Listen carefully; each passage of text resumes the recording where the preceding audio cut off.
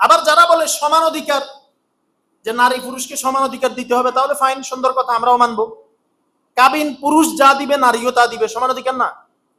কথা বলেন না কেন? কি অধিকার? তা আমরা কেন নারীদেরকেও বাড়ির ওই বাড়ি থেকে বিয়ে করে আনবো? ওরা আমাদেরকে এখান থেকে নিয়ে যাবে, 15 দিন এই বাড়িতে থাকবে তো 15 দিন ওই বাড়িতে থাকবে। বুঝেন নাই কথাটা? আমরা কেন শুধু মেয়েদেরকে সাজানি দিব? মেয়েরাও আমাদেরকে দিবে সমান অধিকার। আমরা কেন শুধু খাট কিনবো? খাটের টাকা অর্ধেক ওরাও দিবে, আমরাও দিব, কারণ একসাথেই তো টাকা হবে। বুঝেন নাই কথাটা?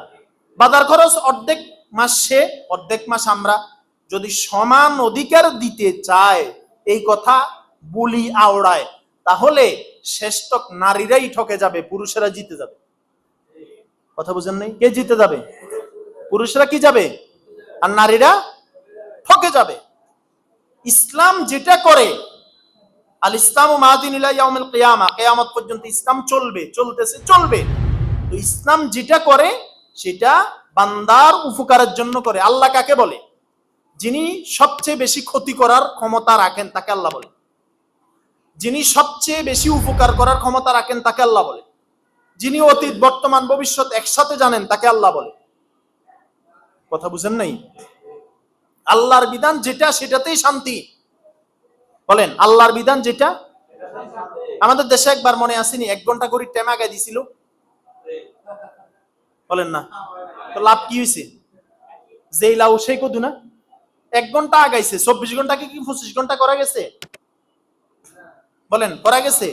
যেই লাউ সেই কদু, কোনো লাভ হবে না যতক্ষণ পর্যন্ত ইসলামের বিষয়গুলা আনা হবে না, মানা হবে না, ততক্ষণ পর্যন্ত সমাজে, পরিবারে কি আসবে না? শান্তি আসবে না। আমাদের সব সমস্যার সমাধান ইসলামের ভিতরে আছে। সব সমস্যার সমাধান ইসলামের ভিতরে আছে। অত্যন্ত আফসোস আর পরিতাপের বিষয় হলো, আমরা মুসলমান যারা, এরাও ঐক্যবদ্ধভাবে ইসলামী শরিয়া, ইসলামী আইন, ইসলামী খেলাফা চাইতে রাজি না। কথা বুঝেন নাই? তো এই জন্য এক জালেম যায় আর এক জালেম আমাদের ঘরের উপরে বসে। আমরা আজীবন মাজলুম থেকে যাই। কেন? আমরা মুসলমান যারা আছি, এরা যদি ইসলামী খেলাফা চাই, তাহলে আমাদের জন্য সহজ না? বলেন, সহজ কিনা? যদি একাধিক বিয়ে সহজ হয়, যার প্রয়োজন সে করবে, আনন্দ হিসাবে, দায়িত্ব হিসাবে। বলেন, কি হিসাবে?